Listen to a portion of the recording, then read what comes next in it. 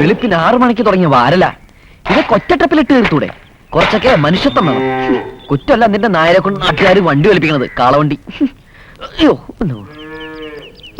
അല്ല ഇതുവരെ കഴിഞ്ഞില്ലേ? കഴിഞ്ഞതാ, പക്ഷെ പശു പിന്നെ അപ്പിട്ടു.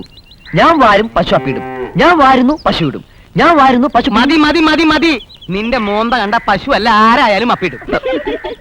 ആർക്കാനും വേണ്ടി ഓക്കാനിക്കുന്ന പോലെയല്ലേ അവന്റെ പ്രവൃത്തി. ഒന്ന് അനങ്ങി അനങ്ങി കൊണ്ടുപോയി ഇടറ രാജകുമാര, പിന്നെ അപ്പിടിക്കും ഞാൻ.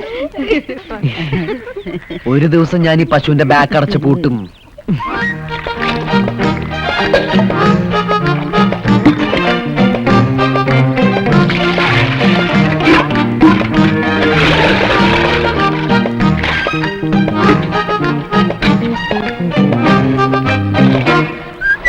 മുതലാളിയില്ലേ?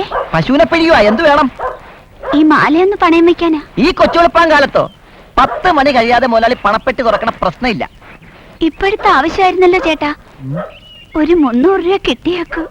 ഞാൻ പറഞ്ഞില്ലേ, ഈ നേരത്ത് നിങ്ങൾ പണം ഇരിക്കാന്ന് പറഞ്ഞാലും മുതലാളി വഴങ്ങത്തില്ല. 10 മണിയാണ് പുള്ളിയുടെ ടൈം. അയ്യോ അങ്ങനെ പറയല്ലേ ചേട്ടാ, വളരെ അത്യാവശ്യമായതുകൊണ്ടല്ലേ. അത്രയ്ക്ക് അത്യാവശ്യമാണെങ്കിൽ ഒരു ചെറിയ തരികട ചെയ്യേണ്ടി വരും. എന്ത് തരികട? എന്റെ മോതിരം മുതലാളിയുടെ അടുത്ത് പണയം വെച്ച വകയില് കുറച്ച് കാശ് എന്തെങ്കിലുണ്ട്, അതിന്ന് 300 രൂപ തരാം. വലിയ ഉപകാരമായി ചേട്ടാ. പിന്നെ മുതലാളിക്ക് 103 രൂപയാണ് പലിശ, എനിക്ക് 1/2 കൂടി തരണം. അയ്യേ, ഞാൻ 3 രൂപയുടെ കാര്യോട് പറഞ്ഞത്, ഇങ്ങോട്ട് തന്നെ.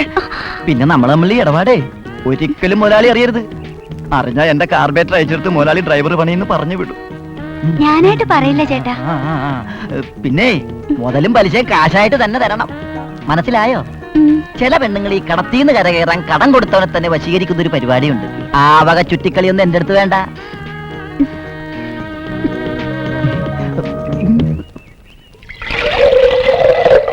പറയണുണ്ട് മുതലാളിക്കൊന്നും തോന്നരുത്, ഈടെയായിട്ട് പാലില് കുറച്ച് വെള്ളം കൂടുതലാ. കുറച്ച് ദിവസമായിട്ട് പറയണമെന്ന് വിചാരിക്കാ.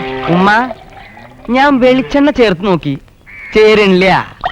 പാലില് വെള്ളേ ചേരൂ, അല്ലേലും പാലില് വെള്ളം ചേർത്തേ കഴിക്കാവൂ. ഇത് ഞാൻ പറയണതല്ല, ഡോക്ടർമാര് പറഞ്ഞിട്ടുള്ളതാ. എനിക്ക് 3 ബസ്സുണ്ട്, അത് നല്ല ലാഭത്തിലാ ഓടണത്. ഒരു ചിട്ടി ഫണ്ട് ഉണ്ട്, അത് അതിലും ലാഭത്തിലാ പോണത്. പിന്നെ ഒരു ഹോട്ടലുണ്ട്, അതിന്ന് ഭയങ്കര ലാഭ. പിന്നെ ഈ പാൽ കച്ചവടം എന്നെ സംബന്ധിച്ചിടത്തോളം അതെനിക്ക് നഷ്ടാ. പിന്നെ ഞാൻ എന്തിനീ പാൽ കച്ചവടം നടത്തുന്നു പറഞ്ഞാൽ, പശുവിന്റെ അകിടിന്ന് തുടങ്ങിയതാ എന്റെ ജീവിതം. അതിന്റെ അടി കിടന്ന് തന്നെ ചാവണം എന്നാണ് എന്റെ ആഗ്രഹവും. ഇങ്ങനെ പോയാ അമ്മ പശുവിന്റെ ചവിട്ട് കൊണ്ടേ ചാവൂ. എടാ, നീ പാല് കുടിച്ചിട്ടൊന്നും വലിയ കാര്യമില്ലടാ, പോ. പിന്നെ എടുത്തോളാം. ഇതേതാ ഈ കുട്ടി പിശാശി? അതാ സ്വർണ്ണപ്പണിക്കാരൻ രാഘവേട്ടന്റെ മോനാ. ഓ, അവന്റെ ചൊടിയും മിടുക്കൊക്കെ കണ്ടിട്ട് അവൻ ആ ചെത്തുകാരൻ ഗോപാലന്റെ ആണെന്നാ തോന്നണേ. അപ്പൊ നിങ്ങളുടെ കമ്പനി തന്നെ.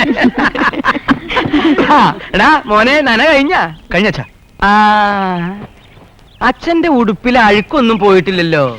ഇതിങ്ങനെ വെള്ളത്തിൽ ഇങ്ങനെ മുക്കിയെടുത്താൽ മാത്രം പോരാ, കല്ലിൽ നന്നായിട്ട് ഇങ്ങനെ ഇങ്ങനെ അലക്കണം.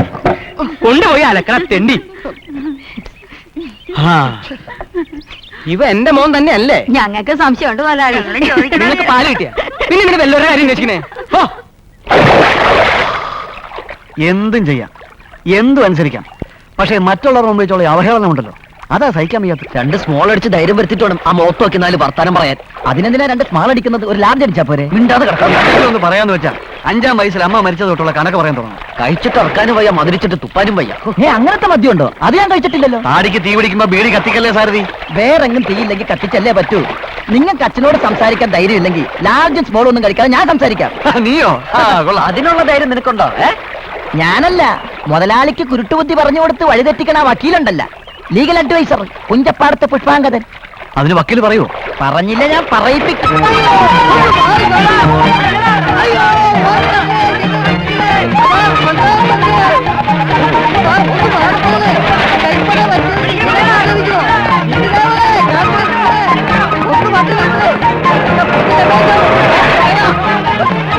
ഡോറും തുറക്കാൻ പറ്റില്ല, ചാടിക്കോ. വലിച്ചോ.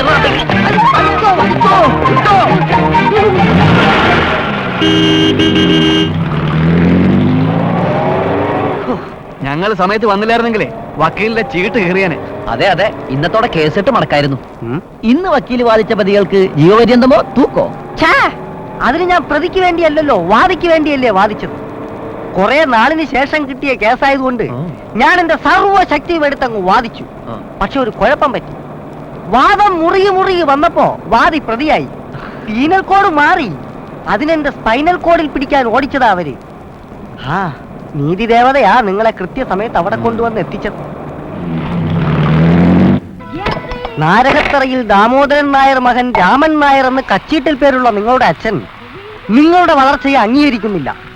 അതിന് ഞാൻ മുതലാളിയുമായി സംസാരിച്ച് ഒരു പരിഹാരം കാണണം, അത്രയല്ലേ ഉള്ളൂ. അതെ. ബുദ്ധിമുട്ടാ? അതെന്താ വക്കീലെ? ഞാൻ NDRന്റെ ലീഗൽ അഡ്വൈസർ മാത്രമാണ്. നിങ്ങളുടെ കുടുംബ പ്രശ്നങ്ങളിൽ കൈ കടത്തുന്നതിന് എനിക്ക് ചില ലിമിറ്റേഷൻസ് ഒക്കെ ഉണ്ട്. കൈ കടത്തിയില്ലേലും കൈ ഒഴിയാതിരുന്നാ മതി വക്കീലെ. പ്രായപൂർത്തിയായ ചോരയും നീരുമുള്ള രണ്ട് യുവാക്കളുടെ മനപ്രയാസം ചോരയും നീരും പറ്റിയ വക്കീലെങ്കിലും മനസ്സിലാക്കണം. ഞാൻ നോക്കിയിട്ട് ഒറ്റ വഴിയേ കാണുന്നുള്ളൂ. എന്ത് വഴി? നിങ്ങളെ മുതലാളി അംഗീകരിക്കണമെങ്കിൽ നിങ്ങൾ വളർന്നെന്ന് അദ്ദേഹത്തിന് കാണിച്ചു കൊടുക്കണം. അയ്യേ, അച്ഛനെ ഒരു മകൻ അതെങ്ങനെ കാണിച്ചു കൊടുക്കാം? വൃത്തികെട്ടവനെ. അതല്ല ഞാൻ പറഞ്ഞത്. രമണനും രമേശനും ശാരീരികമായും മാനസികമായും വളർന്നെന്ന് അച്ഛൻ്റെ മുമ്പ് തെളിയിക്കണം. അതെങ്ങനെ? ഒരു ആ കരി വെക്കി തലയിൽ വെച്ച് ശാരീരിക വളർച്ച തെളിയിക്കാം. മാനസിക വളർച്ച എങ്ങനെ തെളിയിക്കും? മെന്റൽ ആശുപത്രിയിൽ നിന്ന് സർട്ടിഫിക്കറ്റ് വാങ്ങിച്ചാലോ? വിട്ടി കൂഷ്മാണ്ടമേ, ഒരു പെണ്ണ് കെട്ടുന്നതിനെ കുറിച്ചാണ് ഞാൻ സൂചിപ്പിച്ചത്. അത് കൊള്ളാലോ. വക്കീലിന് തീരെ ബുദ്ധിയില്ലെന്ന് അച്ഛൻ പറയുന്നത് വെറുതെ. പെണ്ണ് കെട്ടിയ ഒരു പരിധി വരെ ആണത്തം തെളിയിക്കാം. പക്ഷെ അതുകൊണ്ട് മുതലാളി ഒതുക്കാൻ പറ്റുമോ? ഒരു പെണ്ണ് വിചാരിച്ചാൽ എന്താ ഇവിടെ നടക്കാത്തത്? കൈകൈ വിചാരിച്ചപ്പോ സാക്ഷാൽ ശ്രീരാമൻ വരെ കാട് കയറിയില്ലേ? എന്തിനു പുരാണം? ഒരു സ്ത്രീ വിചാരിച്ചാൽ ഒരു സീനിയർ IAS ഉദ്യോഗസ്ഥന്റെ ജീവിതം വരെ പോക്കാം. നിങ്ങളുടെ വീട്ടിൽ ഒരു പെണ്ണിന്റെ കുറവുണ്ട്. സാമർത്ഥ്യക്കാരിയായ ഒരു പെണ്ണവിടെ കാലുകുത്തിയാൽ മുതലാളി താനേ ഒതുങ്ങും. അപ്പൊ അത്തരത്തിലൊരെണ്ണത്തിന് എവിടെ നിന്ന് തപ്പും?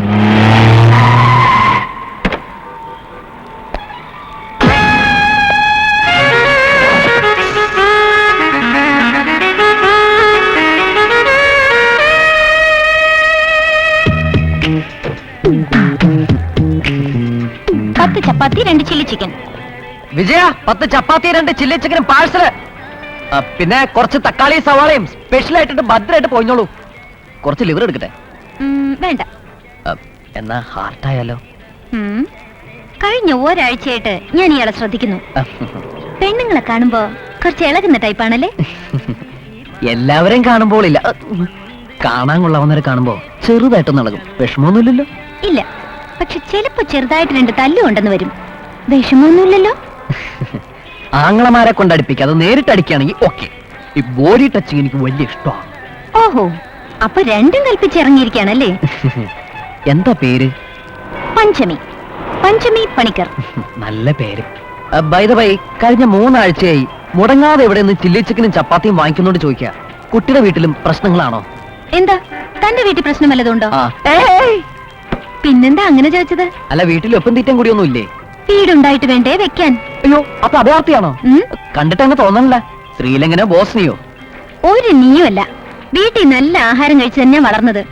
അതുകൊണ്ടേ ഹോസ്റ്റലിലെ ഫുഡ് അങ്ങോട്ട് ഏക്കുന്നില്ല. അങ്ങനെ വരട്ടെ. അയ്യോ, പൈസ വേണ്ട എന്ന് ഞാൻ പറയുന്നില്ല. രാത്രിയിൽ എനിക്ക് വീട്ടിൽ കയറേണ്ടതാ.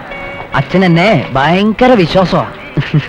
വീട്ടിലെ പ്രിപ്പറേഷൻ പോലെ കേമമായതുകൊണ്ടായിരിക്കും സ്ഥിരമായിട്ട് ഇവിടെ നിന്ന് വാങ്ങുന്നത്. പ്രിപ്പറേഷനെ പറ്റി പറയാതിരിക്കുന്ന ഭേദം.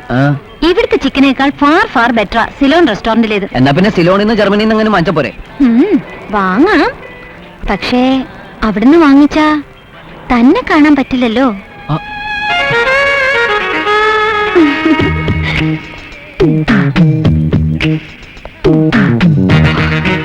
അവള് കാര്യമായിട്ട് പറഞ്ഞതാണോ അവ ആക്കിയതാണോ? ഈശ്വര, വെറുതെ കൊതിപ്പിക്കല്ലേ.